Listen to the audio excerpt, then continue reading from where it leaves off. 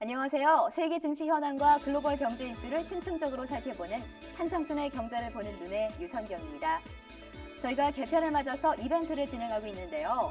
생방송 중에 참여해주신 분들 중 9분을 추첨해서 매일 선물 드리고 있으니까요. 계속해서 많은 참여 부탁드립니다. 네, 따뜻한 봄을 맞이하기 위해서 꽃샘추위가 찾아오듯이 3거래일 연속 상승했던 미국 증시가 오늘은 다소 하락하는 모습, 또 숨고르기 하는 양상 보여주고 있습니다. 특히 투자자들은 앞으로 발표될 정부 지표와 또 기업 실적에 귀를 기울이면서 다소 관망하는 자세 보이고 있는데요. 자세한 미국 증시 상황 살펴보겠습니다. 장유정 캐스터, 안녕하세요. 네, 장윤정입니다. 뉴욕 증시 마감 상황 자세하게 살펴드릴게요. 뉴욕 증시가 3일 랠리 후에 지금 휴식을 취하고 있는 모습을 보이고 있는데요. 중동 사태와 유가 상승 조짐, 일본의 원전 사태가 지금 특별히 해결김이 없는 상태로 시장에 머무르고 있는 것이 그대로 영향을 주고 있는 것 같습니다. 특히 유가가 지속적으로 오를 경우에 향후 미국 경제 회복세가 둔화될 수 있다라고 해서 투자 심리를 조금 위축시키고 있는 그런 모습을 보이고 있는데요. 자세한 마감 지수 상황 보고 오실게요. 다우지수가 전일 대비 0.51% 하락한 12,018선에서 거래를 마쳤습니다. 나스닥 역시 하락했는데요. 0.31% 하락한 2,683에서 거래를 마쳤습니다. S&P 500 지수 역시 하락을 했습니다. 0.36% 떨어진 1,293선에서 거래를 마쳤습니다. 이날 다우지수는요, 일중 변동폭이 48포인트에 불과했는데요. 이 중에서도 GE와 뱅크 오브 아메리카가 1.2% 하락하면서 주가에 부담을 줬습니다. 그리고 어제 크게 상승을 했던 AT&T는 오늘 하락을 했는데요. 따라서 통신주별로 좀 엇갈린 모습을 보였습니다. AT&T는 M&A가 시행이 된다면 향후 방향성을 놓고 전문가들의 의견이 엇갈리면서 0.54% 하락을 했고요. 반면에 AT&T와 경쟁업체인 이 버라이즌스 와이어리스는 1.5% 오르는 모습을 보였습니다. 한편 이날 발표된 경제 지표 역시 시장의 기대치를 밑도는 그런 모습을 보였는데요. 1월의 주택가격이 전년 대비해서 3.9% 그리고 전월 대비해서 0.3% 각각 하락하면서 시장에 그대로 부담을 준 모습입니다. 지금까지 뉴욕 증시 마감 상황 전해드렸습니다. 네, 장유정 캐스터 잘 들었습니다. 이에 대한 도움 말씀 주실 미래에셋증권 리서치센터 한상춘 부사장님 나오셨습니다. 안녕하세요. 네, 안녕하십니까? 네, 오늘 미국 증시의 상황에 대한 자세한 전망과 또 분석 궁금한데요. 먼저 어떻게 보십니까? 일단 오늘 같은 경우에는 장중 흐름이 상당히 정했어요. 일중 변동폭이 한 48포인트. 아마 근래에 가장 좁은 변동폭에서 움직이지 않냐 이렇게 보는데요. 원래 일중 변동폭이 이렇게 작아지면 그만큼 월가의 시장 참여에 대해 관심이 이동된다는 걸 의미합니다. 그래서 지난 10일간 보면 일본 대진 사태에 따라서 월가의 시장 참여들이 최대 관심이 쏠려 있었습니다만 일본 대진 사태에 지금 원전 문제라든가 또 사실 리스크 쇼크 문제. 이번 리스크 쇼크 문제는 뭐냐면 그동안 리스크로 이렇게 움직였다가 여기 벗어나면서 경제에 대한 낙관적 어떤 사람은 쇼크 덕트리라는 표현을 쓰는데요. 이런 것이 되면서 월가 시장 참여들이 지금 제스민 혁명 쪽으로 빠르게 이동되는 상황이거든요. 그래서 이런 시장 참여들의 관심사가 이동되는 상황에서 일정 변동폭은 비교적 낮았다 이렇게 보시면 되겠고요. 또 한 가지 기다리는 요소가 있죠. 4월 달부터 1, 4분기 미국 결의 실적이 지금 발표될 예정인데요. 월가에서 초미에 관심이 되고 있습니다는 지금은 1, 4분기에 여러 가지 예상치들이 비교적 괜찮게 나오고 있습니다는 그러나 그것을 믿기에는 1, 4분기에 제스민 혁명이라든가 일본 대진 것처럼 특히 채산성을 개선시킬 만한 그렇게 큰 요인은 그렇게 많지는 않던 상황이거든요. 그래서 예상치와 이것을 받아들여야 되는 실제치 간의 어떤 기리 현상에서 아마 투자자들이 상당 부분 혼선을 빚는 과정에서 주가 변동폭은 그렇게 크지 않지 않느냐 이렇게 보고 있습니다. 그래서 이후의 주가 모습에서는 제스민 혁명에 따라서 국제유가가 얼마큼 올라가느냐 하는 측면, 그 다음에 기업들 실적이 막상 뚜껑을 열리고 와서 예상치도 나오느냐 이 여부에 따라서 결과적으로 미국 주가의 향방이 결정되지 않겠나 이렇게 보습니다.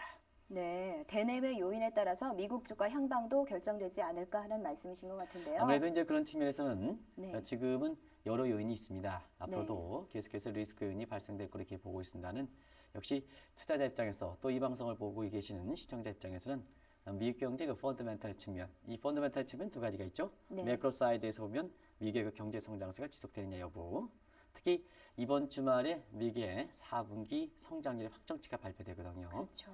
예상대로 이렇게 나오느냐 하는 문제, 그 다음에 마이크로 사이드에서는 기업들의 실적 발표, 이 여부가 아무래도 주가 향방에 있어서는 가장 큰 관심사가 되지 않겠나 보고 있고요. 네. 지금 월가 예상에서 보면 주가 예측의 결정할 때 가장 중요한 것이 월가에서는 그 조지 소로스의 자기 암시 가설, 생각한 대로 간다 하는 이런 자기 암시 가설이 가장 각광을 받고 있습니다는 네. 역시 2차 상승에서 가장 중요한 요인은 네. 펀더멘탈 측면이거든요. 그래서 시청자 여러분께서는 미국 경제가 지금 주춤하고 있는데요. 향후의 모습은 역시 펀더멘탈 측면이 과연 이러한 사태에서 훼손되느냐 아니면 이것을 그 훼손하지 않고 가느냐 여부에 따라서 2차 상승의 어떤 갈림길이 잡될 것이다 이렇게 보시면 되겠습니다. 네, 아무래도 펀더멘털 부분이 가장 중요하다 이런 말씀이신 것 같습니다. 그렇습니다. 네. 네, 다음은 이머징 마켓인 브릭스 시장에 대해서도 살펴보겠습니다. 네, 혼조세에 보이는 중국 증시가 미국 상승세에 힘입어서 톡톡히 효과를 봐서 올라가고 있는 것 같은데요. 자세한 내용을 더 들어보겠습니다. 장윤정 캐스터 내용 전해주세요. 네, 계속해서 이머징 마켓 살펴드리도록 하겠습니다. 네, 중국 증시가 미국 증시 상승으로 투자 심리가 개선되면서 반등에 성공을 했습니다. 네, 은행주들을 상대로 매수세가 지속적으로 이어지면서 강하게 시장은 상승세를 보였는데요. 네, 자세한 상황 보도록 하겠습니다. 네, 먼저 상하이 종합지수는요, 종가 포인트가 2,919선에서 거래를 마쳤습니다. 네, 미국 증시가 급등했다는 소식에 급등으로 출발을 했지만 장중에 거래량이 급감하면서 하락 반전하는 등 등락을 지속해서 여전히 불안한 그런 모습을 보이고 있습니다. 네, 종목 중에서는 은행주가 특히 강세를 보인 한 주였는데요. 네, 이번 주에는 작년 사업 보고서를 발표하는 은행주들을 상대로 실적이 개선될 것으로 보이면서 2%가량 은행주가 급등을 한 모습을 보였습니다. 네, 홍콩 항생지수는 이틀 연속 강하게 지금 상승을 보이고 있는데요. 네, 종가 포인트는 12,700선에서 거래를 마쳤습니다. 네, 일본에 대한 사태가 진정될 것으로 보이고 따라서 향후 글로벌 증시가 크게 오를 것으로 보이면서 그동안 약세를 보였던 항공주들을 상대로 급등하는 그런 모습을 보였습니다. 이 외에도 소비재와 금융주가 강세를 보였습니다. 네, 인도 지수는요, 4거래일 만에 반등에 성공을 해서 지금 18,000선 가까이 지금 와 있는데요. 네, 일본 사태에 대한 불안 심리가 지금 해소되고 있고 따라서 대형주 위주로 저가 매수세가 유입된 그런 모습을 보였습니다. 네, 다음으로 러시아 증시 계속해서 보실 텐데요. 네, 5거래일 만에 지금 약세로 돌아섰습니다. 네, 지금 국제유가 상승세는 지속이 됐지만 최근 랠리에 따른 부담으로 차익 실현 매물이 출회됐기 때문인데요. 하지만 여전히 추가적인 유가 상승에 대한 기대 심리로 하락세는 소폭 하락하는 데 그쳤습니다. 네, 마지막으로 보베스파 지수 보시겠습니다. 네, 하루 만에 다시 큰 폭으로 올랐습니다. 네, 종가 포인트 67,000선에 육박한 그런 모습인데요. 네, 브라질 중앙은행 총재가 2분기 이후 인플레이션 압력이 완화될 것이다 라고 밝히면서 대형주 위주로 상승세가 유입된 것으로 보입니다. 네, 지금까지 이머징 마켓 전해드렸습니다.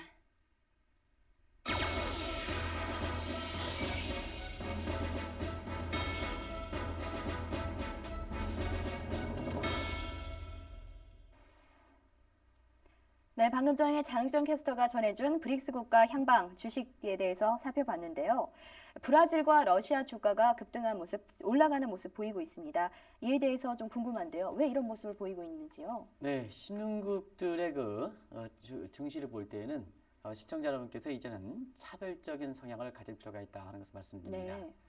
네. 종전 같은 경우에는 신흥국 하면 한 뭉툭이로 해서 인식을 똑같이 했는데요. 그렇죠. 앞으로는 그 경제 성장이라든가 주가의 모습은 같은 신흥국에서도 사실 차별의 양상을 보인다 이렇게 보시면 되겠는데요. 예. 오늘 그 장윤정 캐스터께서도 이제 말씀해 주셨습니다는 사실 신흥국에 있어서는 지금 최대 현안이 인플레 문제가 아니겠습니까? 네. 그래서 이 중국과 같은 경우에는 지난 1년 동안 금리 인상을 통해서 인플레를 잡아왔는데요. 최근에 보면 인플레의 안정될 기미를 보고 있습니다. 네. 그런 측면에서 인플레의 그 안정될 기미를 보이면 중국은 그동안 경제 여건에 비해서 인플레 부담 때문에 주가가 올라가지 못한 측면이 있는데요. 네. 시간이 가면 갈수록 이제 중국 증시에 대해서 비교적 낙관적인 의견들이 조심스럽게 나오는 것은 지난 1년 동안 증시에서 가장 큰 부담이 됐던 인플레 문제가 안정이 된다면 결국 증시는 경제 여건을 반영하는 쪽으로 흐를 수밖에 없기 때문에 이러한 그 조심스러운 낙관론이 고개를 든다 이렇게 보시면 되겠습니다. 그래서 신흥국의 인플레가 안정되는 국가들 같은 경우는 증시를 좀 밝게 보는 시각들이 필요하다는 것을 말씀드리고요. 예. 또 한 가지는 지금 그 제스민 혁명 때문에 국제 유가를 비롯해서 여러 가지 원자재 가격이 비교적 강세를 유지하고 있는데요. 아시겠습니다는 이 원자재에 대한 부존 자원의 비율이 높은 국가가 브라질과 그 다음에 러시아가 되겠습니다. 네. 그래서 이런 국가들도 비교적 인플레 부담이 없는 것은 아닙니다는 이 부존 자원이 많이 갖고 있는 국가들 같은 경우에는 사실 국제 유가가 이렇게 올라가고 원자재 가격이 오를 때는 인플레에 대한 증시 부담보다는 소위 국제 유가 상승, 원자재 가격 상승에 따른 소위 자산 시장의 상승하는 측면이 더 강하거든요. 그래서 네. 최근에 아까 그래프도 이제 보여줬습니다는 브라질 주가 같은 경우는 상당히 가파르게 올라가고 있지 않습니까? 네. 러시아 주가도 가파르게 올라가다가 워낙 그동안 급등했기 때문에 오늘 그 소폭 조정을 받았습니다는 전체적인 모습에서는 가장 그 급등하는 모습을 보이는 것도 바로 그런 측면에서 이해될 수 있다 이렇게 보시면 되겠습니다. 그래서 같은 신흥국이라 하더라도 인플레 안정 기미 여부, 그다음에 유가 상승 같은 이런 부분에 있어서 부존 자원 비율이 어떤 국가가 많이 갖고 있느냐에 따라서 신흥국의 증시를 차별적으로 보는 양상이 아마 투자 입장에서 또 시장 입장에서 앞으로 신흥국에 대한 어떤 인식을 새롭게 한다는 측면에서 예의주시해서 바라볼 대목이 아닌가 이렇게 보고 있습니다. 네. 이전에는 신흥국들을 하나로 묶어서 볼 수 있었지만 이제는 각국의 인플레, 특히 인플레를 중심으로 개별적으로 봐야 한다는 말씀이신 것 같습니다. 네, 현재 지금 세계적으로 많은 리스크들이 존재하다가 지금 해결이 좀 되고 있다 이런 생각을 가지고 있는데요. 아직은 완전히 해결된 것 같지는 않습니다. 이에 대해서 향후는 어떻게 진행이 될 것으로 보십니까? 일단 그 신흥국 같은 경우에는 최근에 증시를 일러왔던 리스크들이 많이 좀 해소될 기미를 보이고 있죠. 네. 그래서 아까 3거래일 연속 미국 증시가 랠리다 이런 표현을 쓰는데요. 네. 우리가 이제 같은 방송을 하는 입장입니다는 이 랠리라는 표현 같은 경우는 사실 조심스럽게 할 필요가 있습니다. 그래서 예. 주가가 이제 상승하는 모습을 보였다 하는 이런 쪽으로 지금 미국 증시를 보는 것이 정확한 표현이 아닌가. 왜냐하면 말 한마디 자체가 너무 과도한 이 증시에 과도한 해석을 주기 때문에 미래에서 미디어 같은 이런 신뢰성 있는 방송에서는 하나하나 말 용어조차도 우리가 조심스럽게 해야 된다 하는 것이 시청자분한테 아마 신뢰를 얻어가는 방법이 아닌가 하는 개인적 생각인데요. 예. 지금 미국에서 보면은 3거래일 연속 주가가 상승해서 오늘은 소폭 조정하긴 했습니다는 그러나 추세적인 상승에서 보면 오늘 그 소폭 조정하는 문제를 그렇게 하락세라 얘기하지 않거든요. 이렇게 되는 데는 역시 작년 12월 말부터 이렇게 짓눌려왔던 소위 제스민 혁명이라든가 특히 일본의 대진 사항이 지금 해결될 기미를 보이면서 지금 이런 모습을 보이는 것이 아닌가 생각합니다. 네. 그래서 그동안 증시를 짓눌려왔던 이런 리스크 부분이 사실 최근에 좀 해결될 기미를 보이면 일부 그 부안해동하는 또 이 냄비적인 시각에서 이렇게 주가를 보는 시각에서는 리스크가 이제 완전히 없었다 이런 쪽으로 과도하게 해석하는 시각이 있습니다는 그렇지는 않습니다. 네. 왜냐하면 월가의 시장 참여들이 오늘부터 제스민 혁명 쪽으로 되는 데 있어서는 일단은 리비아 사태 같은 경우는 다국적 기업 이렇게 다국적 군이 투입한 이유로 사실 장기화된 우려가 만만치 않거든요. 예. 과거에 아프가니스탄이든가 이라크 사태에 보면 유엔의 그 다국적 군이 그 투입할 경우에는 상당히 사태가 장기화됐습니다. 예. 이런 부분이 오늘 투자 심리를 위축시키는 요인이 됐다 이렇게 보시면 되겠고요. 또 한 가지는 제스민 혁명과 관련해서 리비아 사태 이후에 과연 어느 쪽으로 번질 것이냐 하는 측면이 네. 지금 투자 심리와 관련해서 주목했던 사항인데요. 지금 이번 주 들어서 그동안 그 간헐적으로 제기했던 시대가 본격적으로 나타나는 국가가 예멘이거든요. 그래서 예. 소위 제스민 혁명과 같은 이러한 중동 내지는 북아프리카의 리스크가 새로운 국면에 진입하는 것이 아니냐 하는 이런 예상들이 역시 투자 심리를 위축시켰다 이렇게 보시면 되겠습니다. 그리고 일본의 대지진 문제도 시간이 가면 것은 낙관적 시각이 쓴다는 네. 소위 그 샥 독트린. 이 샥 독트린이라는 건 뭐냐면 고베 대지진 사태에서 사실 그때 당시에 상당히 비관적으로 봤습니다는 네. 일본 경제가 어려울 때 대진에 대한 복구 수요 때문에 오히려 일본 경제를 회복시키는 것이 샥에 의해서 독트린 문제다 이런 시각을 얘기하는데요. 이런 낙관적 견해가 있습니다는 지금 일본이 갖고 있는 여러 가지 여건을 볼 때 이번 그 사태를 계기로 해서 일본의 경제가 부담을 견디지 못한다면 더 장기간 침체되는 것이 아니냐 하는 이런 시각도 만만치 않습니다. 그래서 네. 지금 증시에서 아주 극단적으로 부담에 되던 상황은 풀린다 하더라도 지금 그동안 글로벌 증시를 진료했던 이러한 리스크 부분이 완전히 풀리는 상태는 아니기 때문에 네. 리스크에 대해서 너무 낙관적으로 보는 시각들은 경계할 필요가 있는 것이 아닌가 생각됩니다. 네, 지나친 낙관론도 문제가 될 수 있다. 이런 말씀이신 것 같습니다. 우리가 이제 지나친 낙관론이라는 것은 증시에 대해서 낙관론이냐 아니면 네. 리스크에 대해서 낙관론이냐 하는 예. 것을 정확히 표현할 필요가 있는데요. 네. 리스크에 대해서 과민하게 이렇게 보는 리스크 대믹 현상 같은 거. 네. 오늘 얘기하는 건 리스크 대믹 현상이거든요. 그래서 낙관론 이렇게 말씀은 혹시 시청자분께서 주가에 대해서 굉장히 좋게 보는 이런 시각으로 비춰지기 때문에 제가 같은 방송을 진행합니다는 아직까지 이 증시에 대해서 그렇게 큰 경험이 없기 때문에 다시 한번 정확하게 말씀드리는 겁니다. 오늘 말씀드리는 것은 리스크에 대해서 과민하게 해석하는 이런 리스크 대믹 현상, 이것이 낙관론을 얘기하는 것은 아니고 네. 이렇게 과민하게 이거 오는 것을 좀 경계하자 하는 시각에서 제가 말씀드리는 겁니다. 네. 예. 부사장님께서는 항상 시청자 입장에서 대변해 주시는 것 같습니다. 왜냐하면 이 증시라든가 이런 부분은 네. 시청자분한테 정확하게 전달하는 것이 중요합니다. 네. 그리고 미래세 미디어 방송이 이렇게 추진할 때 이 대목은 아마 방송 진행자뿐만 아니라 회사의 최고 책임자께서도 항상 신뢰를 예. 지기 위해서 그런 부분은 잘 염두에 두게 되거든요. 네. 그래서 제가 다소 방송 진행자까지 조화가 되지 않는 이런 측면이 네. 있습니다는 그렇진 않습니다. 그래도 우리가 이렇게 오랫동안 이 국제금융시장을 보아오는 것에 대해서 잘못된 부분은 그냥 넘어가는 것보다는 시청자분한테 정확하게 인식시켜 드리는 것이 아마 보다 시청자분한테 정확한 정보 또 투자에 판단하는데 도움되는 것이자 제가 말씀드리는 겁니다. 네. 그런 의미에서요. 지금 먼동이 트다님께서 실시간으로 질문을 하나 주셨거든요. 대답이 네네. 가능하신지 제가 읽어드리겠습니다. 중국 지급준비율 인상으로 인한 상하이 A 주식시장에 미치는 영향이 어느 정도나 되는지 궁금하시다고 하시거든요. 일단 중국 같은 경우는 네. 지급준비율 같은 경우는 사실 긴축 정책의 주스탄입니다. 왜냐하면 네. 중국처럼 개발도상국에 있는 입장에서는 사실 직접 시장이 그렇게 발전되지 않았기 때문에 선진국처럼 인플레 문제를 잡기 위해서 사실상 공개 시장 같은 이런 정책을 추진할 수는 없는 상황이거든요. 예. 그런 각도에서는 중국의 고도 성장 과정에서 은행 부분이 주가 됐기 때문에 긴축 정책을 추진할 때 모든 금리 수단, 이 모든 금리 수단이라는 것은 아까 질문해 주신 분은 다 아실 걸로 생각되는데요. 네. 예를 들어서 기준금리라든가 아니면 지급준비라든가 재할인율이라든가 이런 부분이 있습니다는 지급준비를 조정하는 것도 바로 그런 측면이다 이렇게 보시면 되겠는데요. 네. 현 시점에서는 지급준비를 올리는 것이 중국 증시에 어떤 영향을 미칠 것인가 하는 측면에서는 일률적으로 시간 관계상 말씀드릴 수는 없습니다. 그러나 지금 지급준비를 올리는 가장 주목적인 인플레 안정을 위해서 도움되느냐 하는 측면에서 보면 개인적으로는 이 지급준비를 올리는 측면은 이 중국 증시에 부담을 많이 준다. 왜냐하면 중국도 지금 인플레 상황이 코스트 푸시, 즉 공급 측에서 문제가 되기 때문에 이 금리 인상 같은 또 지급준비 인상 같은 이런 정책 수단은 사실 물가를 잡는데 정책의 적합성 원칙에서 유예되는 상황이거든요. 네. 그래서 금리를 올리지만 지금까지 이렇게 인플레가 안정될 기미를 보인다 하더라도 여전히 이번에 대지진 사태의 기간 동안에 중국이 금리를 올리는 데 있어서는 역시 인플레 안정 부분에서 정책 목표를 달성하지 못한 측면에서 그런 조치가 나온 것이 아닌가 생각합니다. 그래서 지금은 지급준비 인상이 중국 증시에 부담만 준다. 정작 지급준비의 목표인 인플레 안정을 위해서는 상당 부분 시간을 경과해야 되지 않느냐 생각하고요. 지금 코스트푸시의 인플레라면 지금 중국 정부가 가져갈 수 있는 부분은 오히려 위안화 평가 절상권을 전향적으로 검토하는 것이 금리 인상보다는 더 도움이 되고 이것이 증시적인 측면에서는 그렇게 부담이 적은 쪽으로 영향을 미치지 않겠나 하는 생각이 듭니다.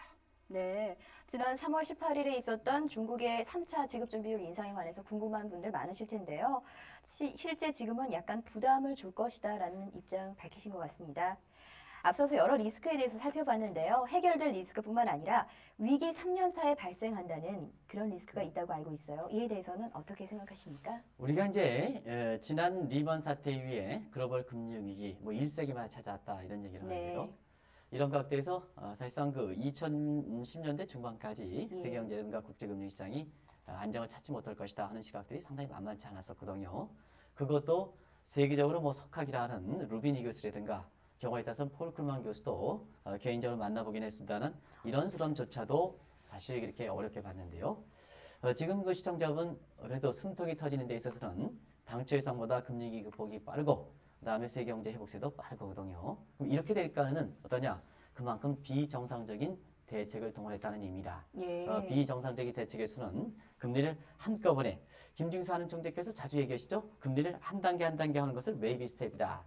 그리고 한꺼번에 서너 단계씩 하는 것을 빅 스텝이다 하는데요. 이 빅 스텝 금리 인하를 추진할 만큼 굉장히 비정상적인 대책을 동원했고요. 그다음에 중앙은행의 발권력을 동원해서 하늘에서 자금을 살포하는 이런 식의 이런 그 양적화 정책 이런 것을 추진한 상태거든요. 예. 이런 대책은 어느 정도 위기가 극복되고 사실상 경기가 좀 회복되면 그 자체로서 부작용을 안고 있는 겁니다. 그래서 네. 그것이 위기 3년차에 집중적으로 나타난다 해서 위기 3년차의 소위 애프터 크라이시스 문제다 이렇게 보시면 되겠는데요. 예. 현재 그 금리 위기에 대해서는 7에서 8분 응선 이렇게 극복됐다. 그럼 나머지 2에서 3분 응선은 뭘까 하는 그 자체는 예. 바로 그 애프터 크라이시스를 완전히 극복하느냐 그 문제가 바로 1에서 3분 응선 남아있는 위기 극복 과제다 이렇게 보시면 되겠습니다. 그래서 예. 그 2에서 3부에 해당되는 애프터 크라이시스 문제를 완전히 극복하면 금융위기가 극복됐다 하는 이 평가가 내린다 이렇게 보시면 되겠고요. 네. 또 2에서 3부 같은 이런 애프터 크라이시스 문제를 해결하지 못할 때는 소위 그 국제 금융 위기 이론에서 보면 위기 3년차에 다시 한번 위기가 발생하는 위기 3년 주기설에 걸리거든요. 네. 그래서 앞으로 제스민 혁명이라든가 일본 대지진 같은 이러한 그때그때 나타나는 리스크 요인이 좀 많이 그 줄어들 경우에는 아마 다음 달부터는 방송을 듣고 계시는 시청자분께서 이 애프터 크라이시스 문제가 어떤 각도로 나타날 것이냐 하는 이 측면을 더 염두에 두실 필요가 있지 않냐 이렇게 생각됩니다. 네, 2에서 3분 능선 남은 것을 잘 통과해야 될 텐데요. 본격적으로 애프터 크라이시스에 대해서 자세히 살펴볼 텐데요. 간단하게 편의를 위해서요. 선진국과 또 신흥국으로 나눠서 살펴볼게요. 먼저 선진국은 어떤가요? 애프터 크라이시스 문제 많은 문제가 있습니다. 네. 그 중에서도 가장 그 시청자 여러분 또 증시 흐름에 가장 관심사가 아마 선진국 같은 경우는 재정 적자라든가 국가 채무 그렇죠. 문제가 아닌가 생각합니다. 금융의 발생국이었고 신흥국에서 경기 회복이 더디다 보니까 그만큼 경기 회복이라든가 위기 극복을 위해서 재정적 지출이 컸기 때문에 이 재정 지출이 큰 상태에서 보면 결국 재정 적자가 커지고 국가 채무가 늘어나기 때문에 아마 네. 선진국의 애프터 크라이시스 문제에서는 재정 적자라든가 국가 채무 문제가 아닌가 생각합니다.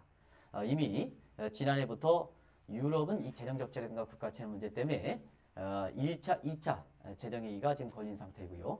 근데 올해 들어서도 제스민 연구원과 대진에서 가려지긴 했지만 계속해서 유럽 재정위기가 이렇게 지속되는 상황이거든요. 네. 또 한 가지는 일본도 대진에 따라서 외형상으로 보면 갇혀 있는 거 생각하지만 그러나 올해 2월서부터 세계 3대 신용평가로부터 국가신용등급이 떨어지고 네. 또 국가신용의 전망이 떨어진 데에는 이 자체가 재정적자 국가 채무 문제 때문에 국가신용등급이 떨어지는 모습으로 나오는 겁니다. 예. 그리고 현재 명시적으로 이 재정 위기라는 표현을 쓰지는 않고 있습니다는 미국 내에서도 보더라도 미국 갔다 오신 분 잘 알 겁니다.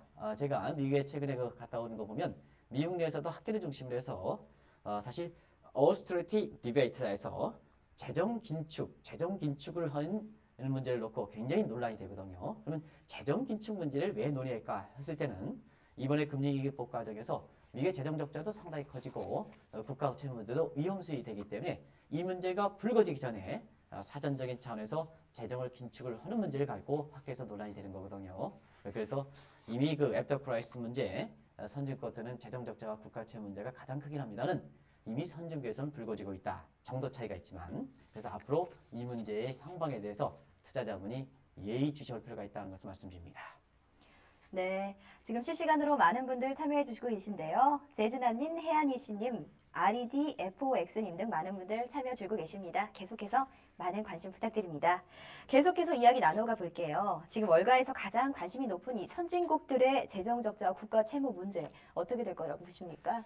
일단 유럽 재정위기 문제는 네. 아마 올해 유럽 재정위기가 3차 이렇게 한다 하더라도 시청자분께서 크게 염두될 필요는 없습니다. 왜냐하면 1차, 2차의 유럽 재정위기는 이미 겪은 상황이고 예. 국제금융시장에 특히 증시적 측면에서 그렇게 크게 영향을 미치지 못하기 때문에 단순히 3차 유럽 재정위기가 나타난 상황으로 투자자의 성향을 또 투자 전략을 바꿀 만큼 지금 그런 상황은 아니다 하는 것을 말씀입니다. 다만 스페인과 벨기에 전염될 때는 한 번 정도는 투자 전문가 좀 상의하셔서 본인들이 갖고 있는 투자 전략이라든가 또 보유 종목이라든가 이런 것을 한번 이렇게 전략을 바꾸는 문제를 염두에 둘 필요가 있는 것이 아닌가 생각합니다. 예. 왜냐하면 스페인 같은 경우에는 유럽 내 경제 소국과 경제 대국의 일종의 밸런서 중간자 입장입니다. 네. 그렇다 보니까 작년 같은 경우는 유럽 소국에서 위기가 발생했다 보니까 독일과 프랑스 같은 경제 대국이 통합을 지키기 위해서는 궁극적으로는 자금을 지원해주지 않겠느냐 하는 네.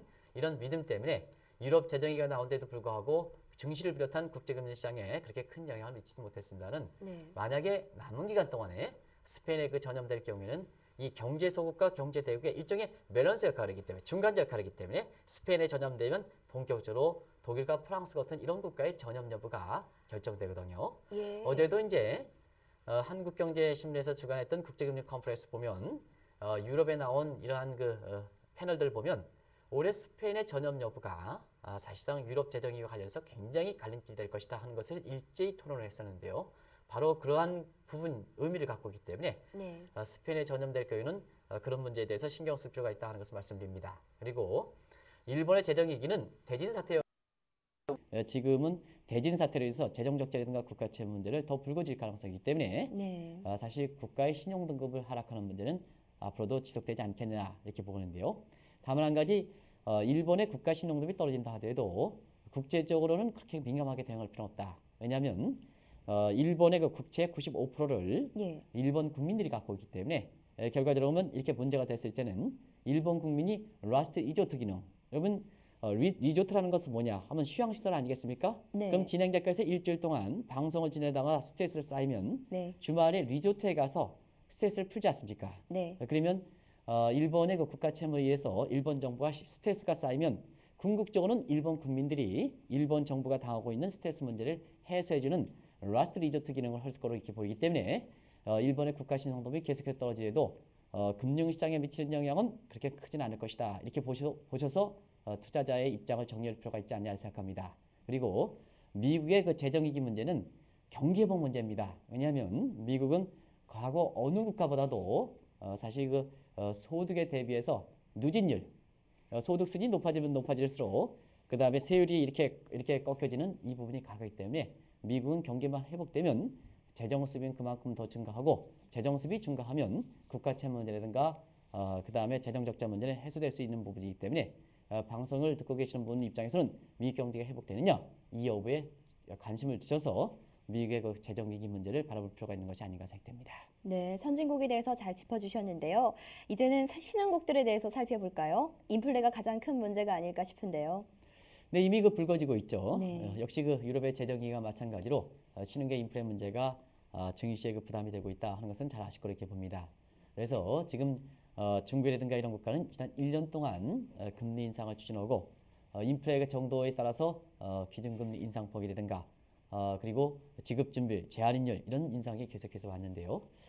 지금은 부분적으로 안정될 기미를 보이고 있기 때문에 중국 증시에 대해서 조심스러운 낙관론이 나오고 있습니다는 네. 앞서 말씀드린 같이 지금의 인플레 문제가 코스트 푸시적인 성격을 갖고 있기 때문에 사실 금리 인상만으로는 한계가 있다 하는 것을 말씀드립니다. 예. 그래서 최근에 보면 신흥계 인플레 문제가 결과적으로 보면 긴축 정책을 추진한다면 세계경제 위축을 가져오고 있고 또 세계경제에서 바람직하지 않기 때문에 세계경제 안정이라든가 국제금융 시장의 안정을 책임을 맡고 있는 이 IMF라든가 이런 데서는 최근에 정책 변화 부분을 권고하고 있습니다. 그래서 그동안 인플레를 잡기 위해서 금리를 인상 같은 이러한 쪽에 치중하는 것보다는 자국의 통화를 절상시키는 이런 쪽으로 가야 되지 않느냐 하는데요.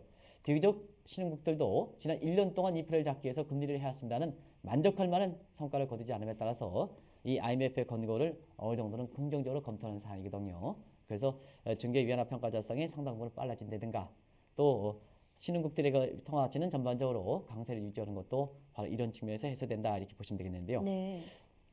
만약에 신흥국들의 이 인플레를 잡기 위해서 자국통화 평가절상 쪽으로 가면 우리가 정책 적합성 원칙에 의해서 비교적 인플레를 발생시키는 원인에 대비해서 가져가는 소단이 적합하기 때문에 앞으로 신흥국의 인플레 문제는 비교적 금리 인상보다는 빨리 잡히지 않겠느냐 이런 시각들도 우리가 자산시장 관련해서 주목해서 바라볼 필요가 있다 하는 것을 말씀드립니다. 네.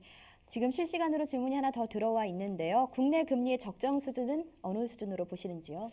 우리가 이제 적정 금리를 따질 때는 네. 여러 가지 방식이 있습니다는 소위 그 정책 목표를 감안한 테일러 정책이라든가 그다음에 가장 고전적 방식은 피셔 이퀘이션 방식이 있습니다.